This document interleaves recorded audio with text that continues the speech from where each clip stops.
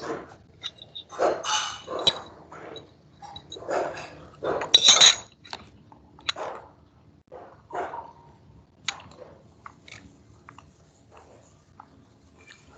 why do you have such few people attending today? Ma'am, they must be joining. There's very poor attendance today.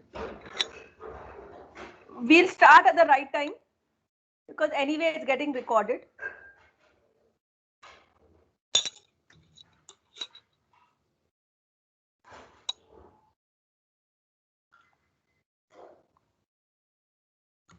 Hi Cam.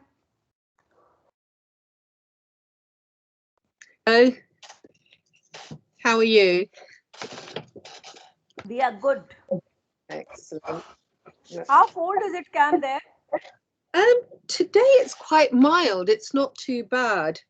We've had rain for the last couple of days, Okay. and it's about 9 degrees, Okay. which is normal for us. Yeah, it's normal for you. For us, it's cold. It's really Yeah. cold. We'll have our heaters on at 9. I won't step out of the room at 9. Yeah, no, there is a chill in the air, but it's not bad. We've had it sort of -3, 4 at times, so it's not bad. Not bad for English weather. But the weather must be changing in India as well now because it's coming towards the end of February. Oh, it's warm here. It's Yes. really warm. I Yes, mean, I'm going to put away all my woolens tomorrow. Tomorrow is a Saturday for us. Okay. So I'll just do away with the woolens. I'll come back to like a little, full sleeves, maybe sleeves. That's all. When I come back from office, I'm tempted to switch on the fan, which I don't, but I am tempted.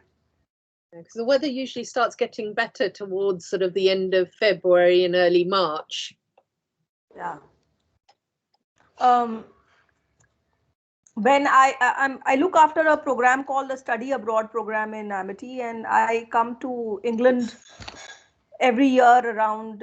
We come around the end of March, stay there till April, and then go away in the 1st of May. Okay. It's the most wonderful weather there that time. Yeah, it's not bad. April, we usually get April showers, but it's a nice time, lovely springtime. Yeah.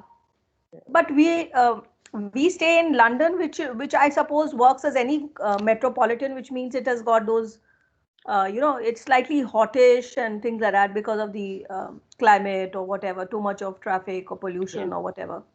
Oh, that's right. Yeah.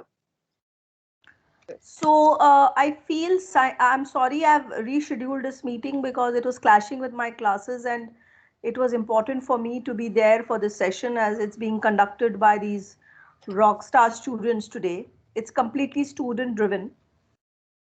I'm just going to be silent spectator, and I'm sure they'll do a better job than me, um, because they are all so wonderful.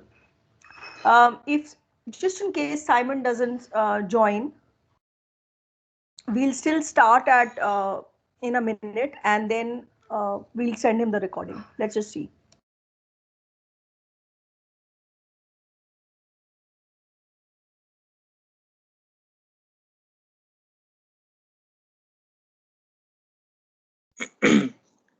Ma'am, it's 6:30. Shall we start? Yeah. So we'll start. We'll give Simon the maybe he is busy somewhere else. Doesn't matter. We'll send him the recording. So please start. Over to you. As Aaron Wood said, and I quote, sustainability is treating ourselves and our environment as if we are to live on this earth forever. Greetings of the day and namaste. I, Sahil Arora, along with my fellow host Manveet Arora, fall to you all to this interactive session on sustainability, triple bottom line, corporate social responsibility, along with the case study discussions on the importance of case study based practical learning to understand what sustainability means. It can be defined as a concept that primarily focuses on meeting the needs of the present without compromising the ability of future generations to meet their needs. The very concept of sustainability is strongly held by the three pillars, which are economic, environmental, and social, also known informally as people, profits, and planet. Businesses encourage sustainability in order to frame decisions in terms of environmental, social, and human impact for the long term rather than on short term gains. Moving on, as we all know that corporate social responsibility is a self-regulating business model that helps a company be socially responsible to itself, its stakeholders, and the public. It plays a vital role in enhancing the society, the environment, instead of contributing negatively to them. Last but not the least, CSR activities are crucial in forging a stronger bond between employees and corporations, boost morale, and help both employees and employers feel more connected with the world around them. TBL, or as we say, triple bottom line, can be defined as a framework or theory that recommends that companies commit to focus on social and environmental concerns just as they do on profits. TBL's agenda is to gauge a corporation's level of commitment to corporate social responsibility and its impact on the environment over time. It even states that instead of having one bottom line, there should be three: profit, people, and the planet that equally contribute to the sustainable development. Now, before we commence with the case study discussion, we would like to introduce our revered mentor, Dr. Anupama Rajesh Ma'am, who is the guiding light for all of us. Dr. Anupama Rajesh is an eminent professor and the head of the Internationalization Cell of Amity Business School. She has been trained for case writing at NCEAT Paris.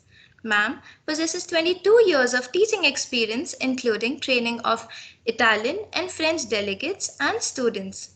Ma'am has written more than 90 research papers and case studies for prestigious international journals. She has 8 books and several book chapters to her credit. She is an avid trainer and has skillfully trained employees of Union Bank of India, Tata Motors, and other multinational companies.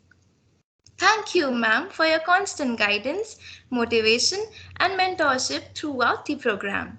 Now, we would Uh, like to invite today's I'm speakers. sorry, I need to interrupt. Um, may God make me worthy of your kind words. Um, you guys are more than kind, and I don't know if I deserve all this. So thank you so much for your love, and God bless you. Yes, ma'am, you do. Thank you, ma'am. Truly, truly proud of all of you. Thank you, ma'am. Now, we would like to invite today's speakers who are Raya, Sanya, Saurav, and Shivangi to start with the case study discussion. Now, I hand over the baton to Shivangi. Thank you, Manveet and Sahil. Greetings to one and all present here. I, Shivangi Chaudhary, along with my batchmates, will introduce you to the concept of triple bottom line and corporate social responsibility.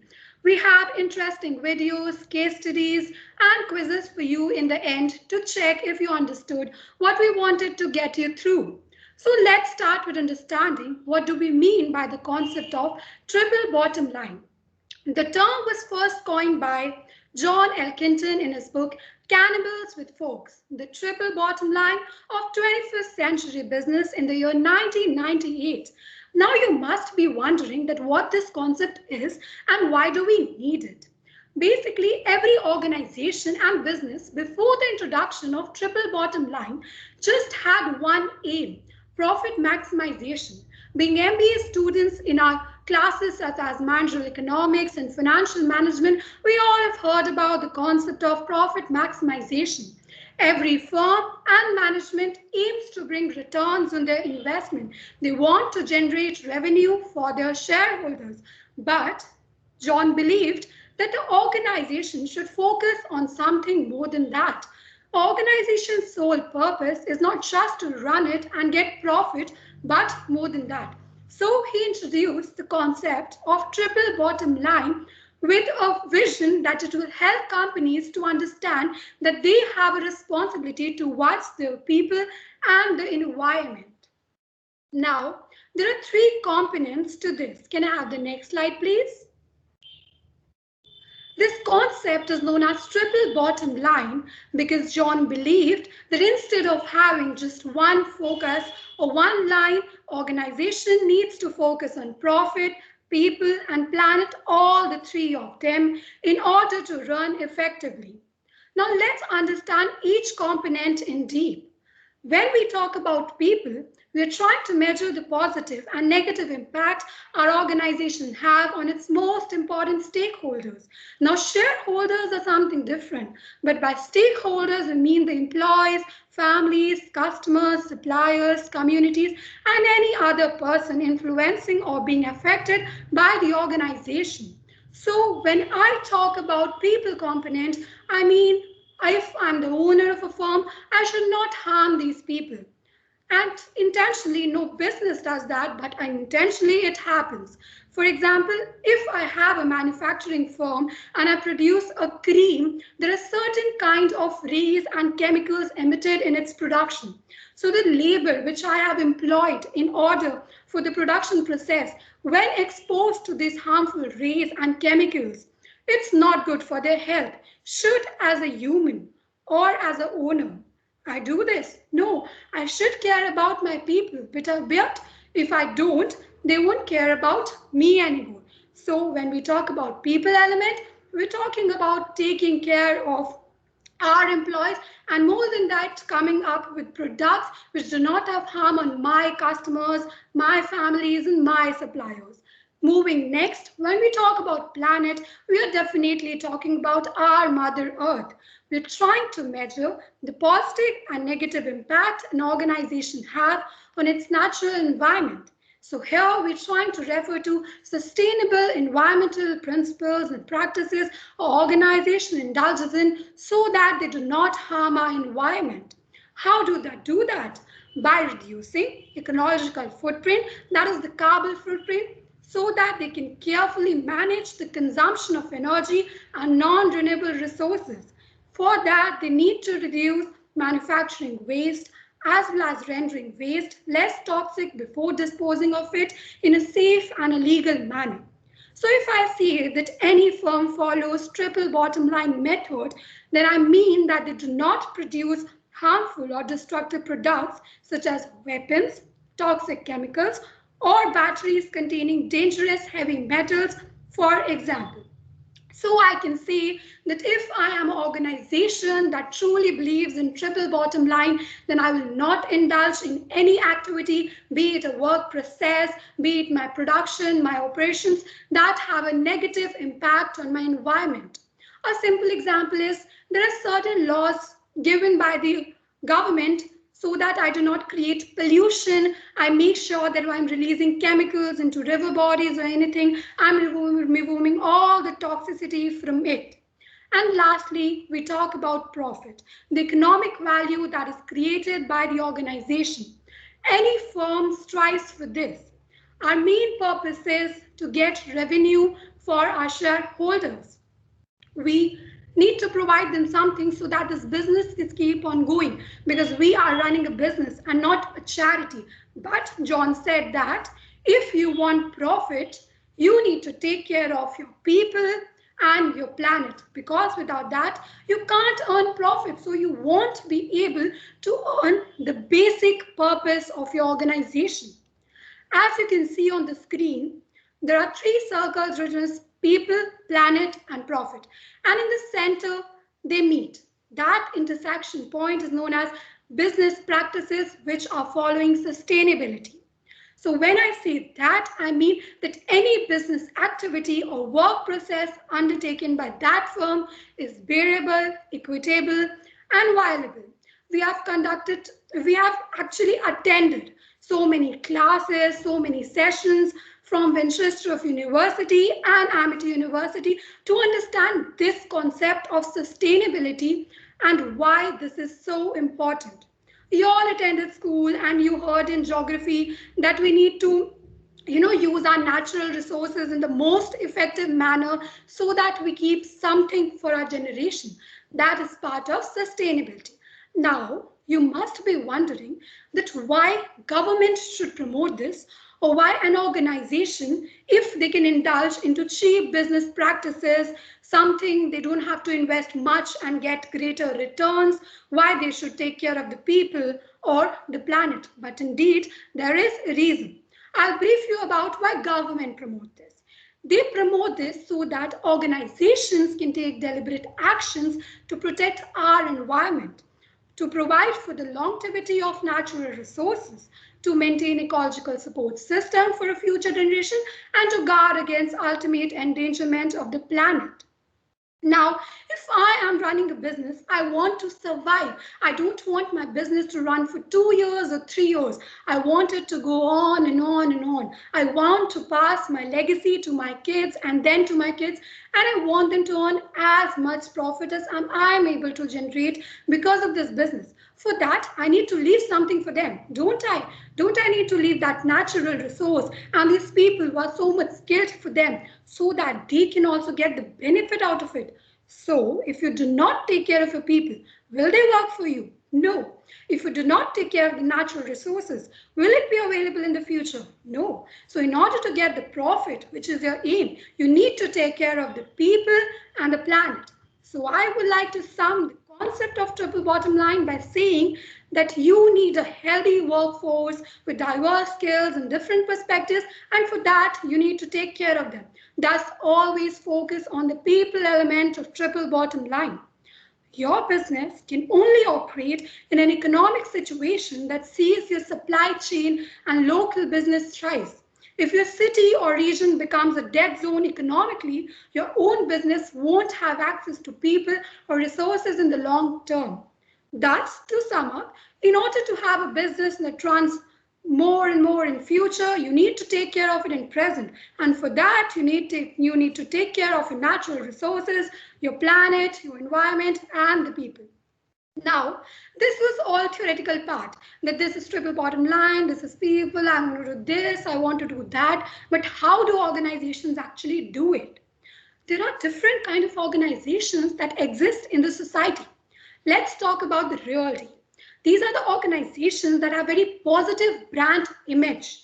They always indulge themselves in social responsibility.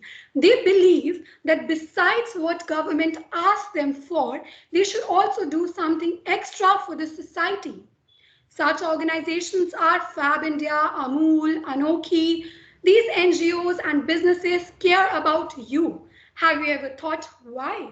Because when they care about you, they attract you. You buy products from them. You feel that this organization is more honest, is more trustable. Thus, they're creating customers for them by just doing a little for their society. Then there are strivers. These are the neutral brands that have adopted specific causes or partnerships to demonstrate social responsibilities. These organizations are not extensively into social responsibility but are doing what the government asks them to out of human values and legal considerations. And lastly are zero to heroes. These are the organizations which have very negative brand image in the society, but to compensate for their actions, they clean up their bad reputation by extensively indulging into social responsibility and adopting the concept of triple bottom line. By this, I can sum up that every organization is using triple bottom line in some or the other manner so that they can get this profit out of people by showing them how much I care about you. Now, what do real deal strivers, zeros to hero mean, and how organizations apply it? For that, I would like to call Saurav to throw some light on the concept. Before Saurav, Shivangi, what a brilliant job. I mean, I was absolutely enthralled. And the kind of examples you have taken, the kind of, arguments that you have made. I mean, really, I mean, as I predicted, you guys will be better than us. Brilliant, brilliant, brilliant. So, all the best, Saurav. Best. Thank you, ma'am. Shivangi, wonderful explanation. So I would like to next slide, please. So I would like to give some examples in which sustainability and triple bottom line are accepted across the companies around the globe. Like first one, we all have heard about the Coca-Cola company. Early last year, Coca-Cola set an ambitious goal for itself, like collect and recycle the equivalent of every bottle and sell it by 2030. So the company has committed to making its bottles and cans out of at least 50% recycled materials in the next 11 years. To do that, Coca Cola needs to be able to capture recycled materials and use them to make new packaging. Now, that's a big undertaking, especially considering the company produced over 3 million tons of packaging plastic in 2017. According to a new report compiled by Allen Foundation, which works with companies to reduce waste, Coca-Cola is one of the many major companies that has made sweeping sustainability promises. Now, waste reduction commitments are a way for brands to show customers who are increasingly concerned about the environment that they care and to share that message with employees. Plus, recycling offers companies a way to take more control to their supply and avoid potentially volatile raw material markets. Now, but recycling commitments are different to pull off. For Coca-Cola to fulfill its promises, the beverage company needs to make its packages fully recyclable, which it aims to do it by 2025. Now, it has also to persuade people to recycle correctly, and it would help if Coca-Cola customers live in places with sufficient recycling infrastructure. Next slide, please.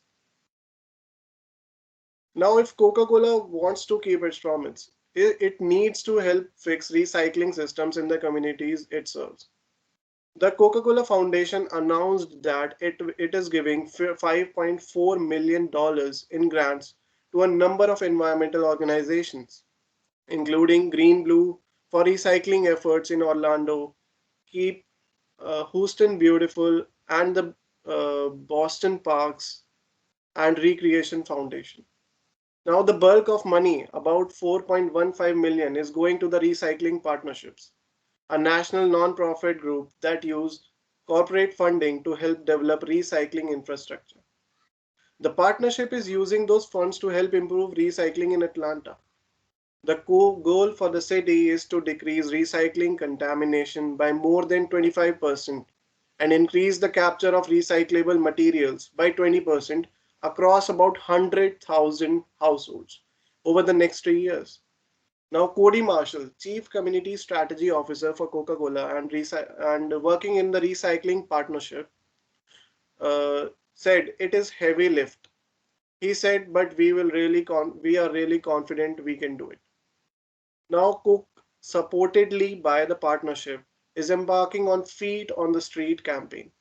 The initiative deploys employees and temporary workers to check curbside household recycling bins for contaminating items like plastic bags, foods, liquids, or electronics, and leave a tag explaining what's wrong on the bins where those items are found. Next slide, please. Now, there is a problem with recycling. Recycling is complicated.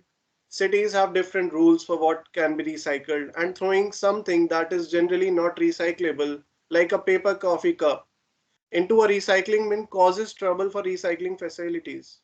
The cups, for example, tend to gum up recycling equipments because their plastic lining gets stuck in machine filters.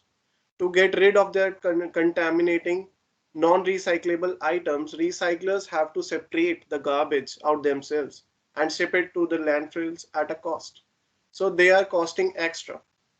For a while, the economics made sense for recyclers. They earned enough selling recycled content to offset the cost of disposing of trash. But China recently enacted its national sort policy, which placed restrictions on the type of recycling the country is willing to import. The recycling business model has changed since then. Next slide, please. Now, I would like to give another example of such a business where sustainability was way before it was introduced to us. At a reception at the Royal Academy of Arts in 2004, attended by people who interface with Novo Nordisk Limited in ways that represented virtually every aspect of diabetic care in the UK. Vigo Birch, the Chief Executive Officer for the UK and Northern Europe division of the company, spoke about the contract the company felt it had with society, which found expression in the interesting concept of the triple bottom line. Novo Nordisk has been one of the first companies 10 years ago to promote the idea that unless a company took care of the social bottom line and the environmental bottom line, its financial bottom line would be harmed in the long term.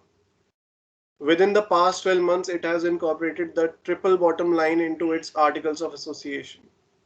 This ensured that commitment to the broader good of society and the environment became an equal part of the business, alongside financial profits. Now, some of the principles that the company has lived by are, for example, the Oxford Tutorials, a new educational initiative in partnership with Oxford University to enable GPS to diagnose and treat diabetes on the basis of the best available knowledge derived from the UKPDS. The 4T study, a 5-year investigation to find the philosopher's stone for the treatment of type 2 diabetes, including the definition of patient classifications and clinical circumstances relevant to different treatments. Partnership with NHS and Oxford University in the formation of the Oxford Centre for Diabetes, Endocrinology and Metabolism, the first ever integrated research, teaching and clinical facilities for diabetes and other endocrine diseases. Now, the Oxford Vision 2020, a project dedicated to eradicating the risk factors of obesity or excess calorie intake and other chronic diseases, which between them account for 50% of world mortality. As a conclusion of this talk, which was followed by a private viewing of an exhibition of Danish art at the Royal Academy, Viggo Birch said, unlike most other pharmaceutical companies, Novo Nordisk has not gone for size, but for the power to focus and deep knowledge providing. With a global complement of 19,000 employees, the company was certainly substantial but remained committed to specific areas of health need, namely diabetes, growth problems, women in their mature years, and more recently, blood management and trauma medicine.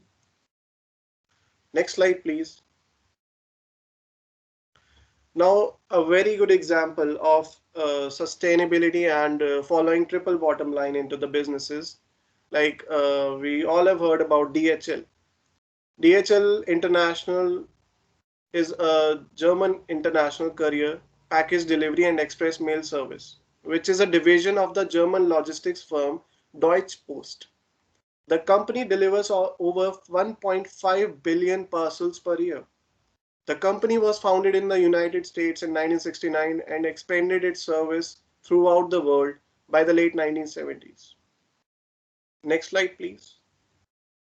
Now I would like to talk about what they are planning to do in the next 11 years. Their optimization measures are guided by two principles: burn less, which is about reducing energy consumption without changing the energy source, and burn clean, which involves the use of green energy sources and fuels, such as electric vehicles for picking and delivery. By combining both of these approaches, we can achieve optimum results. They are also involving their customers and logistics partners in the optimization process, working together to create greener and more efficient logistics process at the regional, trans-regional, and global level. We also partner with technology partners and participate in various initiatives, as well initiate their own innovative solutions. This gives them a wealth of experience and know-how in all areas of green logistics. Now, the program's main objective, which has been recently launched, is to reduce and avoid emissions of greenhouse gases and local air pollutants. By the year 2050, they want to reduce all logistics related emissions to zero, a highly ambitious goal. To ensure progress towards the 2050 zero emission target, the environmental protection goal, the supply chain must be optimized in several different ways. So the use of new technologies plays an important role, but the strategic approach is also an important success factor for improvement measures. Now, they include hiring trained and motivated employees are especially effective when it comes to adopting greener, more sustainable practices in their respective areas of responsibility, putting eco-friendly innovations into practice and even developing new solutions. Now, this is why they are aiming to have at least 80% of their people as go green specialists by 2020 and actively involve them in the environmental and climate protection activities. Now, they are beginning by focusing on the measures that promise the biggest efficiency gains. This means that transparency on greenhouse gas emissions at every step along the supply chain is an absolute prerequisite for optimization. I would like to give another example of Amazon. Amazon is another interesting case when it comes to the triple bottom line. Firstly, it is the world's largest retailer, and secondly, they have a huge logistic footprint across the world. Thirdly, they are also one of the market leaders in terms of cloud computing. Now, all of these factors have them in a position that is filled with responsibility towards their stakeholders. Now, some of the ways in which Amazon looks at the triple bottom line are they have been practicing it a while now, and they are reduction in packaging waste, optimization of their delivery fleet, reducing water consumption linked to their services. Now, what optimization of delivery, what they have done in that is delivery takes a large chunk of the total carbon footprint. In the near future, Amazon plans to use AI and the other efficient delivery mechanisms to reduce the fuel. They also plan to use electric delivery vehicles.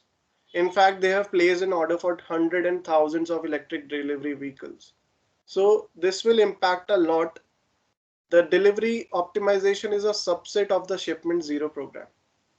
They have been testing drone delivery system for quite some time now. And however, their purchase of 100,000 electric vehicles would change the game for sure. I would like to give some other aspects of this, what Amazon has been doing, like reduction in water consumption. Water is the second area of concern after electricity. It is especially true for the enterprises that individuals. Firstly, let us understand how water usage is an issue at the Amazon data centers. Amazon is one of the leading providers of cloud services. They do it through their Amazon Web Services or AWS platforms. These data centers house powerful computers, and powerful computers also means huge amount of energy. Some of this energy gets dissipated in the form of heat around these servers. It is here that water comes to the rescue. As we all know, water is the best coolant. And without getting into technical details, reducing water consumption at Amazon requires an increase in thermal efficiencies through smarter designs. Now I would like to show you all a video of understanding more CSR. Next slide, please.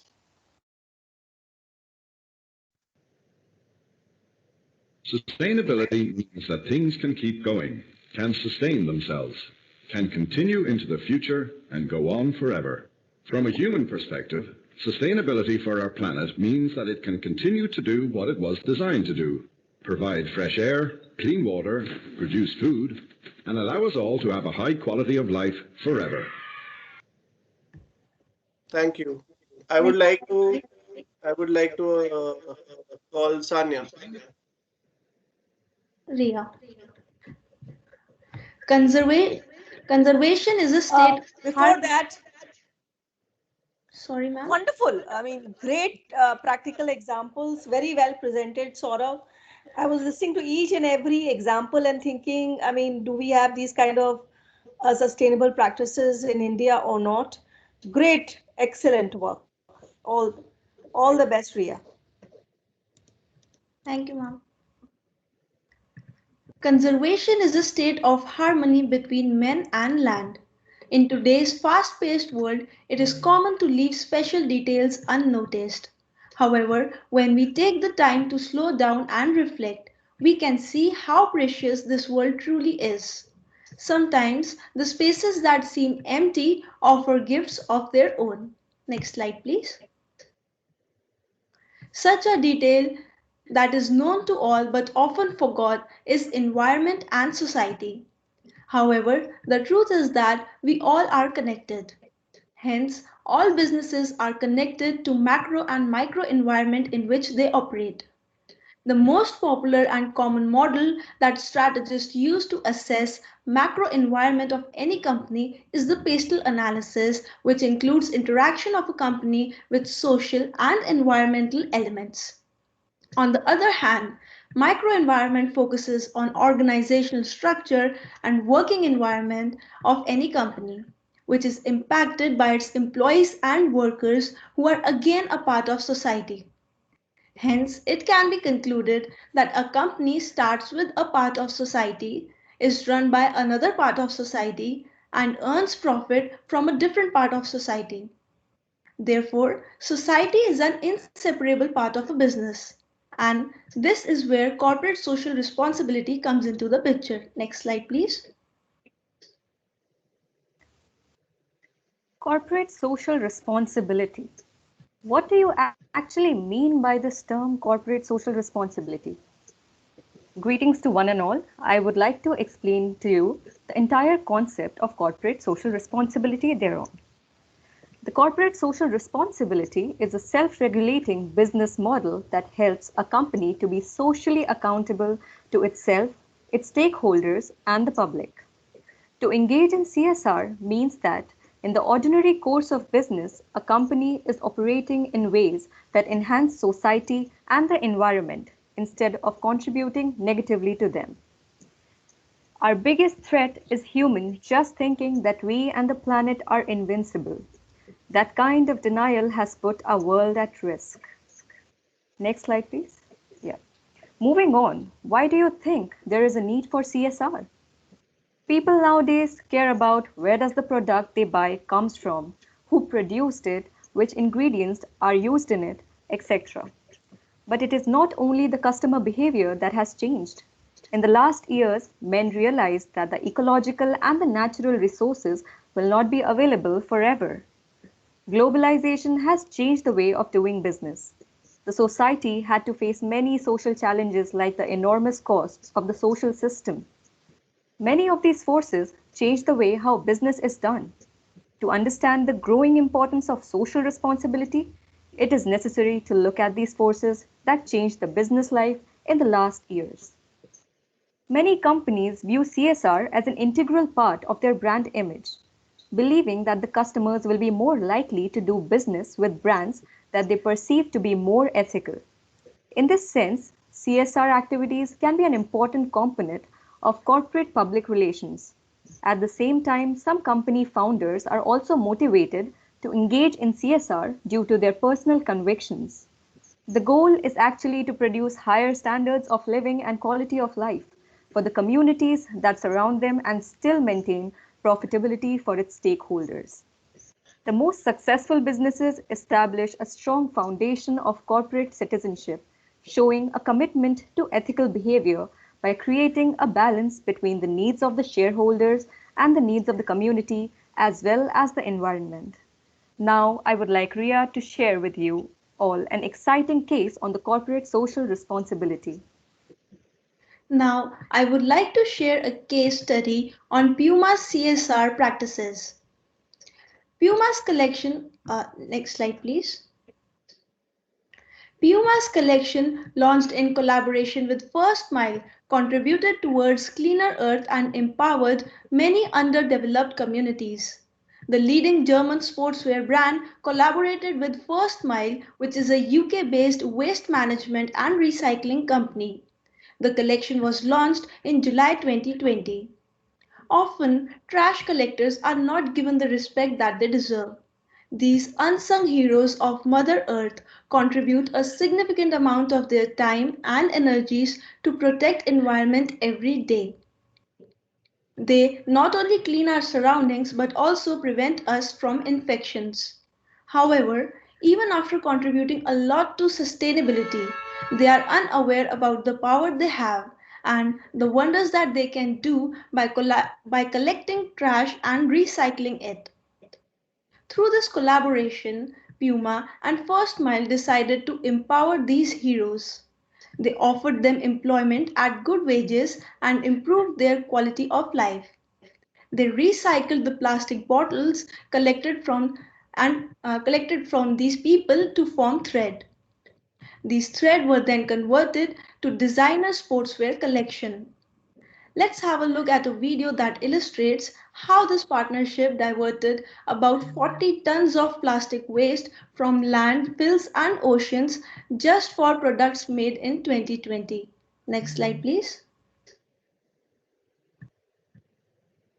First started, our mission statement was that we wanted to take waste and turn it into jobs and useful stuff that people loved. Partnerships like the one that we have with Puma get to tell the story of the people that are really on the front line of fighting plastic pollution.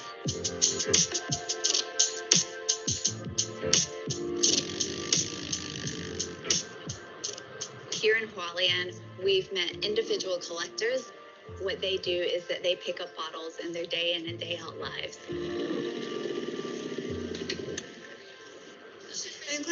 很多那个回收丢在这边哈，我就分类那个的话哈，差不多我通通有在这边的话哈，我都运动哈，老人家运动比较好。Those materials then get sent to a collection center that aggregates all of these different materials. 这就是餐盒，这就是宝特。我叫邱道顺，我是金山回收厂的负责人。这个是一家，这一户，这一户家里。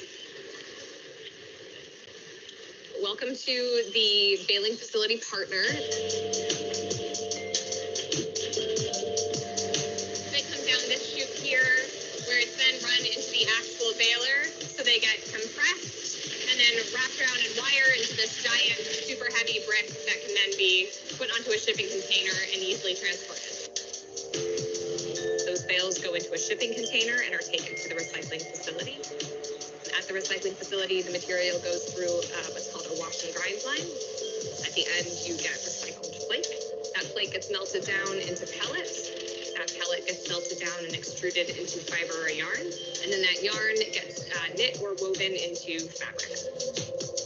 What we want to do is bring an awareness and a knowledge, and not just that, but also a celebration that these people aren't trash collectors. They're really unsung heroes. 我能讲的说，很多人都认为回收是一个肮脏、很脏的一个很下贱的一个行业，结果本身我觉得这个是一个很高尚的一个行业啊，很多环境上的污染，这样都是由我们最后由我们来终结的。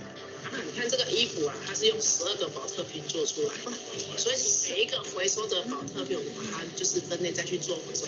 你看它可以做出一个很漂亮的衣服呢。好呢，还要戴帽子，那个帽子，哇，很漂亮呢。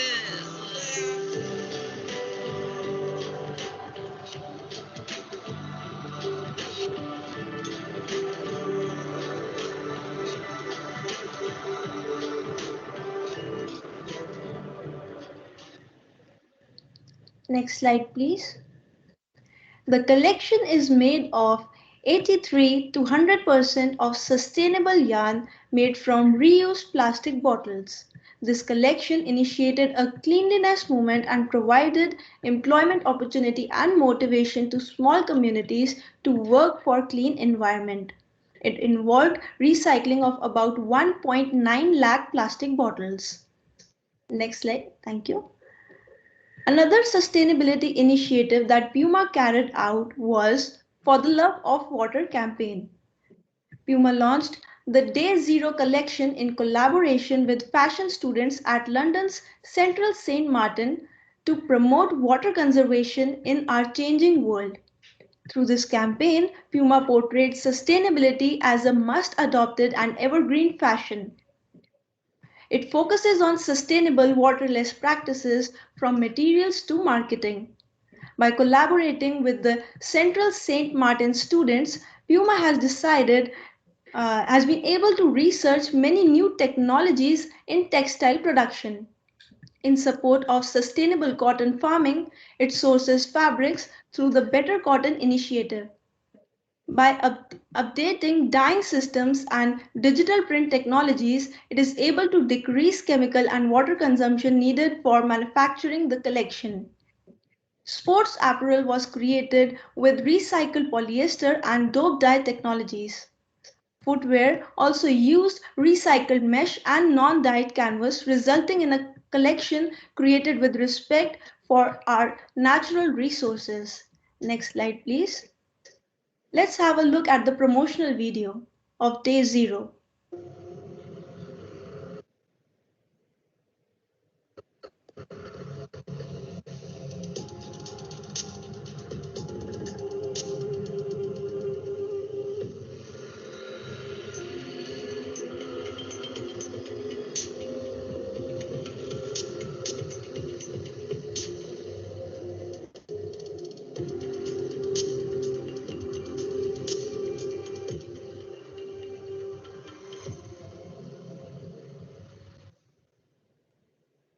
The aim of this campaign was to raise awareness for global water shortages and other environmental issues among the young fashion graduates so that they get inspired to design more eco-friendly fashion products that make sustainability a vital part of fashion. Puma understands that there is a need to preserve the environment and protect the society and athletes from difficulties due to low oxygen levels and high temperature. Sports have a very close and unbreakable bond with nature as the majority of them are played on the ground under a clear sky. Puma understands that the degrading environment is creating a problem for athletes. Next slide, please. Every action has the ability to enact real change in the world, no matter how big or small it may be. These two major initiatives taken by Puma to preserve environment and educate society for a better future shows the power of corporate social responsibility. Now, my friend Sanya will discuss another interesting corporate social responsibility case study with all of us. Sania, no, just give me a second, Sania. Ria, brilliant. Human relations and human rights and humans are closer to my heart, and I feel should be to everybody's heart before any kind of money, business, anything. Humans are more important. And you brought out the human angle. So wonderful, something which I feel very deeply about, and I feel everybody should feel so deeply about. Well done. I really like that. And that is how even we have, remember, we have our own, we may not even notice them, but there is some very basic, segregation being happening by the Safai wala bhaiyas which come to our house to collect they do it on their cards by hand, which is not a very good idea, but they still do it. So actually they are contributing hugely to the society. The society has probably dumped them, but still they are doing a huge, because they pick out all the plastic, they pick out all their, cardboard, etc., and then throw away the other waste for cows to eat it, etc. So well done, Ria. A great job. So all the best, Sania. Thank you, ma'am. Great presentation, Ria. Now I would like to discuss about the Ford Motor Company case. Next slide, please. Thank you. Ford has always been committed towards sustainability. Its commitment to green vehicle technologies has resulted in improved fuel economy for its customers and reduced CO2 emissions. Other green efforts help in minimizing its environmental impact through the conservation of energy and a reduction in pollution. While saving the company and customers money, some of those efforts are enlisted as the use of sustainable fabric, the use of fuel-efficient six-speed transmission in almost every vehicle manufactured by them. Ford introduced the first clean diesel in heavy-duty pickup segment. They prefer sustainable landscaping to preserve the environment. Ford was the first two-time winner of EPA's Energy Star Award. The Ford Escape and Focus are more than 80% recyclable. The paint fumes are turned into fuel at their Michigan truck plant. They also use geothermal cooling system to save water and eliminate the use of cooling towers. Ford provided Ford Crown Victoria Police Interceptor, which was the first and only police fleet vehicle offered with flexible fuel capacity, allowing it to operate on E85 ethanol or gasoline. Ford's Dearborn truck plant has the world's largest living roof, according to Guinness World Records. According to the recent sources, we have discovered that Ford has also teamed up with McDonald's as a step towards sustainability. Now, I would like to show you a promotional video showing the team up between Ford and McDonald's.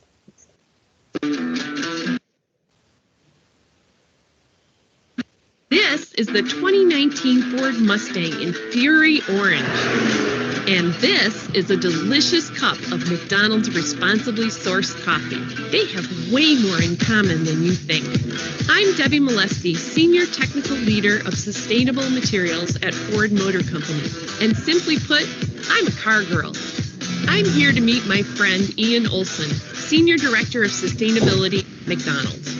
Ian and his team are working hard to help McDonald's reduce waste and emissions across the business. And with McDonald's size and scale, that can potentially have a huge impact on the planet. This really summarizes a lot of our sourcing. That's awesome. Our two companies are teaming up to turn coffee chaff, the waste product from roasting coffee beans, into car parts. The chaff is heated, then mixed with plastic and other additives to create pellets, which are then molded into vehicle parts. Great opportunity to bring sustainability to everyone. Talk about innovation. This is way more than recycling. It's rethinking the way we do business. This is Executives in Cars Talking Coffee. Can you change the slide, please? Thank you. When Ford meets McDonald's. Just like humans, Ford Motor Company was all set to give cars a caffeine boost. The auto major has recently partnered with McDonald USA to use coffee beans in headlight housing and other automobile parts it will produce. Ford and McDonald's have teamed up to make car parts out of coffee byproducts as the companies further their commitments to environmental sustainability. Every year, millions of pounds of coffee chaff, the dried skin of the bean, naturally comes off during the roasting process. Together, Ford and McDonald's can provide an innovative new home to a significant portion of that material. The company has found that the chaff had been converted into a durable material to reinforce certain vehicle parts. By heating the chaff to high temperatures under low oxygen, mixing it with plastic and other additives, and turning it into pellets, the material can be formed into various shapes. Ford claims that the chaff composite meets the quality specifications for parts like headlamp housings and other interiors. The resulting components will be about 20% lighter and require up to 25% less energy during the molding process. Head properties of the chaff component are significantly better than the currently used material, according to Ford. This is the first time Ford has used coffee bean skins to convert into select vehicle parts. McDonald's commitment to innovation was impressive to us and matched our own forward-thinking vision and action for sustainability, said Debbie Milewski, Ford's Senior Technical Leader, Sustainability and Emerging Materials Research Team. This has been a priority for Ford for over 20 years now, and this is an example of jump-starting the closed-loop economy where different industries work together and exchange materials that otherwise would be side or waste products. The traditional materials are great but not impossible to replace with better, higher performing and better for the earth sustainable materials, said Debbie. The collaboration marks the latest efforts by both the companies in furthering their sustainability goals. The automaker is working towards using the recycled and renewable plastics in vehicles across the globe with an increasing range of sustainable materials. Now, I would like to discuss how Ford stepped up to fight against COVID. I would like to start with a video. Can you please change the slide? Thank you. Did the call you, FEMA ask you to start making ventilators? How and why did you decide to do this? Well, good morning, Allison. You know, it's kind of like history at Ford has been with World War II. The Arsenal of Democracy chronicled the story of us building bombers every 63 minutes. We actually made iron lungs back when there was the polio crisis. And it's inside Ford where people remember these stories. So actually the ideas were coming from within the company, asking where they might help. And of course, we relayed this to the administration. I want to just explain that it's a consortium of businesses. In the U.S., General Electric, their medical division, is working closely with Ford. And it's such a complicated machine that parts are being subdivided across a big supply chain. In the U.K., we're working with McLaren and Airbus for Prime Minister Johnson and trying to build ventilators there. So we have to scale this up because the factories as we know them weren't built to produce the volumes we need to make. I was going to ask you that. How hard is it to retool your automotive factories to now make ventilators, and how quickly can you do this? When might we see the first ventilator coming out of one of your factories? Well, the way you need to think about it is it's like a puzzle. So there'll be parts made inside Ford, there'll be parts made at GE, there'll be parts made at outside suppliers. And the coordination and speed of that is what we know as like a conventional assembly line. And we'll be setting lines up in those various places outside of Ford to put these together. And just, I mean, is there any way to give me a timeline? I mean, doctors say they need them now. Do you know how quickly you can make them? Sorry. There's no higher sense of urgency. The biggest issue, for example, talking to the UK last night, is there's 6 hours of testing at the end of this. You actually have to run the ventilator through a complete cycle to make sure there's no part of it that fails. It normally takes about 27 hours to make a ventilator. We think we can cut that in half. And I would say to you that at scale, by the middle of May, we could be making hundreds of thousands of these ventilators. I'm sorry, hundreds of thousands, how often? I'm saying that you have to scale this up. So I'm saying by early May, you could see across the world hundreds of thousands of ventilators being built from multiple suppliers, not just Ford Motor Company. Yeah. Can you change the slide? Yeah, thank you. With the pandemic hitting the world, leaving us to deal with such a devastating scenario, Ford came forward to make its significant contribution in the fight against COVID. But how did Ford contribute towards the pandemic? Ford planned to make as many as 50,000 simple ventilators for coronavirus patients within 100 days and to continue producing 30,000 per month after that. The automaker said it will make the ventilators at its Rawsonville Components plant in Salanti, Michigan. The factory would be staffed by 500 United Auto Workers Union members who have volunteered to work on the project, Ford said. The ventilator, which was being made by Florida-based Aeron Corp, was licensed by GE Healthcare. Ford has been working with GE Healthcare to help it increase its ventilator output. The Aeron Model AE ventilator that Ford produced operated on air pressure alone and required no electricity at all. Ford has also worked with GE Healthcare to increase GE's own production of its more advanced ventilators. It has also worked on designing a simplified GE Healthcare ventilator device that Ford could also produce. A few other companies, including Dyson in the United Kingdom, have also designed new ventilators as a pledge to help traditional medical supply manufacturers ramp up their production. Can you change the slide, please? Now it's time for the quiz, and I would like Ria to proceed with it. Ria, Yes. this has been such a wonderful session. I think we'll skip the quiz because we don't have time. Simon has joined us. I want to steal a couple of minutes from you students. Simon, this was completely student driven. I let them do the research so that they gain from just not listening but doing their research themselves. They've done such a good job. I'm so proud of you. Can all the presenters and their team switch on the videos? All those who've done background work, if they are also available, they can also switch on the videos.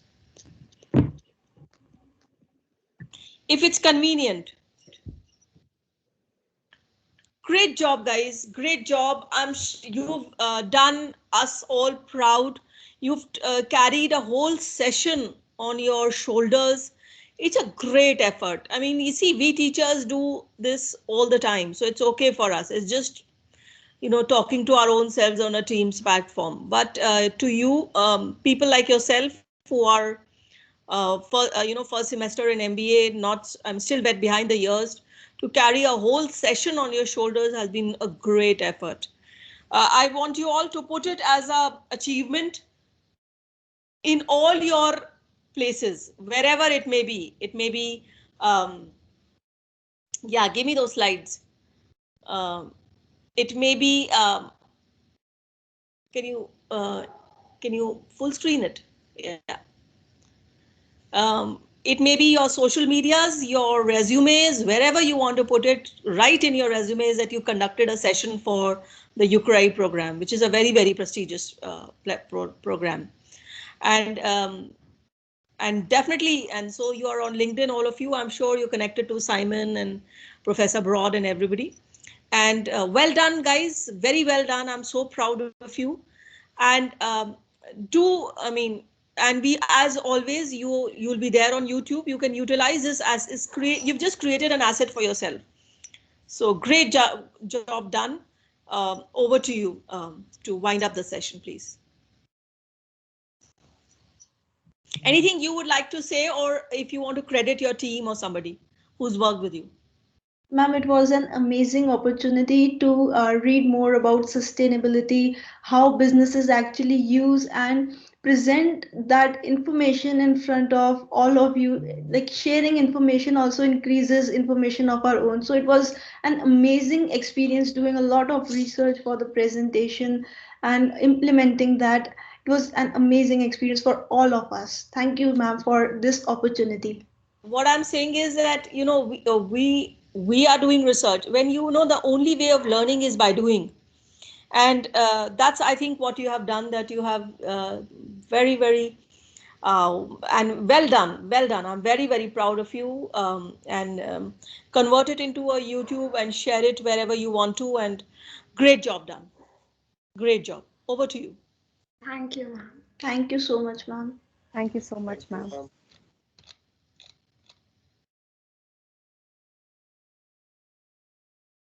Can we now wind up the session? Put on the thank you slide and just wind up the session, please. Okay, ma'am. Thank you to all the participants for listening to our case studies, and I hope that all of you gained some insights about how businesses actually follow corporate social responsibility and triple bottom line. Thank you from all of us. Yeah, thank you all. Thank you. Thank you. Well done, and God bless. Thank you, ma'am. Thank you very much. Have